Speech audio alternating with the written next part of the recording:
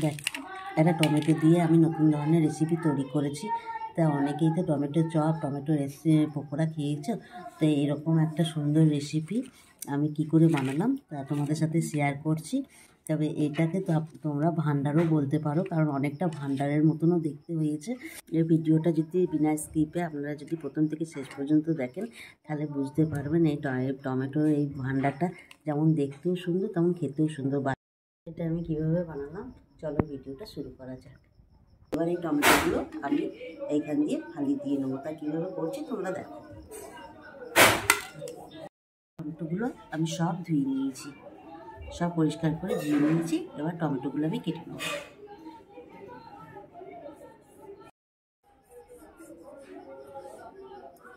আমি দেখো এটাকে 4 ভাগে ভাগ করে নিয়েছি। তবে আবার এখান থেকে এই দিক দিয়ে আবার একটু কেটে নেব।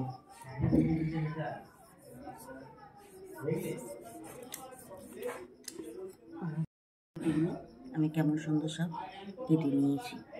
তবে এইগুলো কাটিনি, এইগুলো আমি রেখে দিয়েছি, পুরোটা কাটিনি আমি। ঠিক আছে, এইরকমভাবে আমি সব টমেটোগুলো কেটে নেব।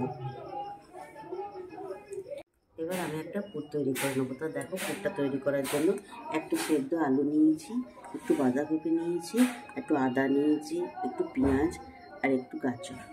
এবার দেখো পুরটা কী করে আমি করি। তেল দিয়ে দিলাম, আদা, পেঁয়াজ,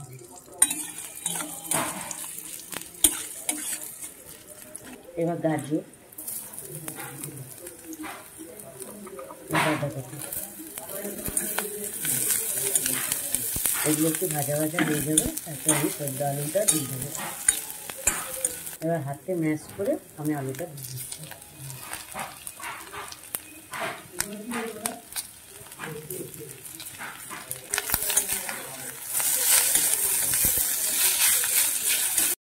দেবো একটু হলুদ গুঁড়ো, জিরে গুঁড়ো দিয়ে দিয়েছি, লঙ্কার গুঁড়ো। ভালোভাবে মাখিয়ে নিতে হবে, আলুর সাথে মশলাগুলো সব ভালো করে মাখিয়ে নিতে হবে। এবার আমি একটু চিনি দিয়ে দেবো। চিনিটা দিলে পরে টেস্টটা আরও বেড়ে যায়।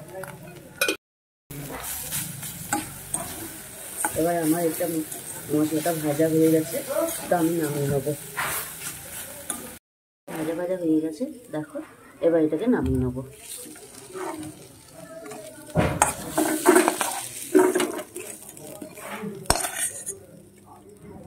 এবার এটা ঠান্ডা হবে, তো আমি পকোড়ার জন্য একটু বেসন ফেনিয়ে নেবো। এবার দেখো আমি এক বাটি বেসন নিয়ে নিয়েছি। এবার এর মধ্যে জিরে দিয়ে দেবো, কর্নফ্লাওয়ার দিয়ে দেবো। এবার উপকরণগুলো আমি সব ভালো করে মিশিয়ে নেবো।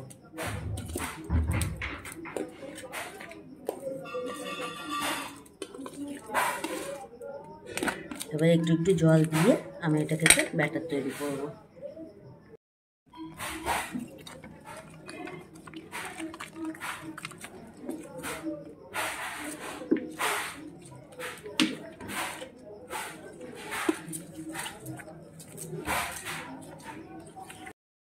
এবার দেখো ব্যাটারটা ঠিক এরকম তৈরি করে নিতে হবে, খুব হালকা করলেও হবে না,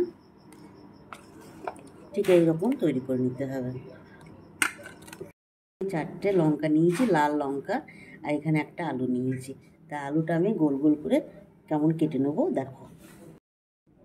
দেখো ঠিক আমি এইরকম গোল গোল করে কেটে নেব।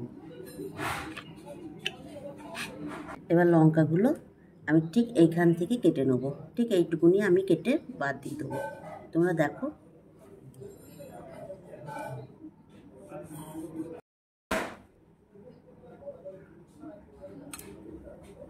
আমি সব লঙ্কাগুলো ঠিক এইভাবে কেটে নেবো। দেখো আমি টমেটোর মধ্যে পুরটা পুড়ে নেবো। তা পুরটা ঠান্ডা হয়ে গেছে। এবার এই লেবুটা একটু পুরের সাথে মাখিয়ে নেবো।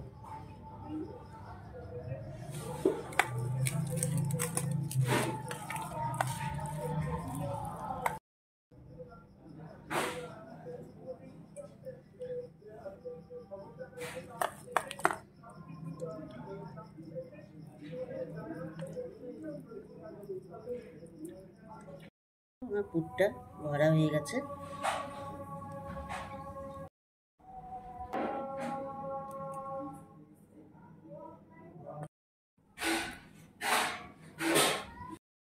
এই দেখো এরকম হবে, দেখে মনে হচ্ছে না যে একটু ভাঁড়ের মতন লাগছে? দেখুন কেমন সুন্দর লাগছে দেখতে, মনে হচ্ছে না যে একবার ভান্ডারের মতো?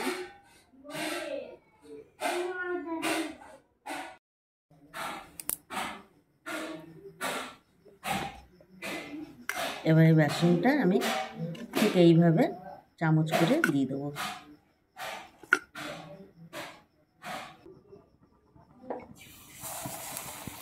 আমি এক এক করে সব পকোড়াগুলো এইভাবে দিয়ে দেবো।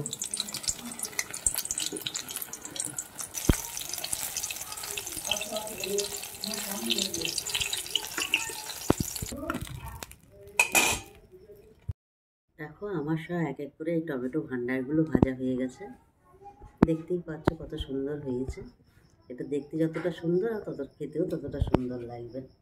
তা তোমরা এইভাবে এই রেসিপিটাকে যদি ভালো লাগে লাইক কমেন্ট শেয়ার করো, বন্ধুদের সাথে বেশি বেশি শেয়ার করো। তোমরা এই রেসিপিটা বানিয়ে দেখো, অবশ্যই আমার গ্যারেন্টি নিশ্চয়ই তোমাদের ভালো লাগবে।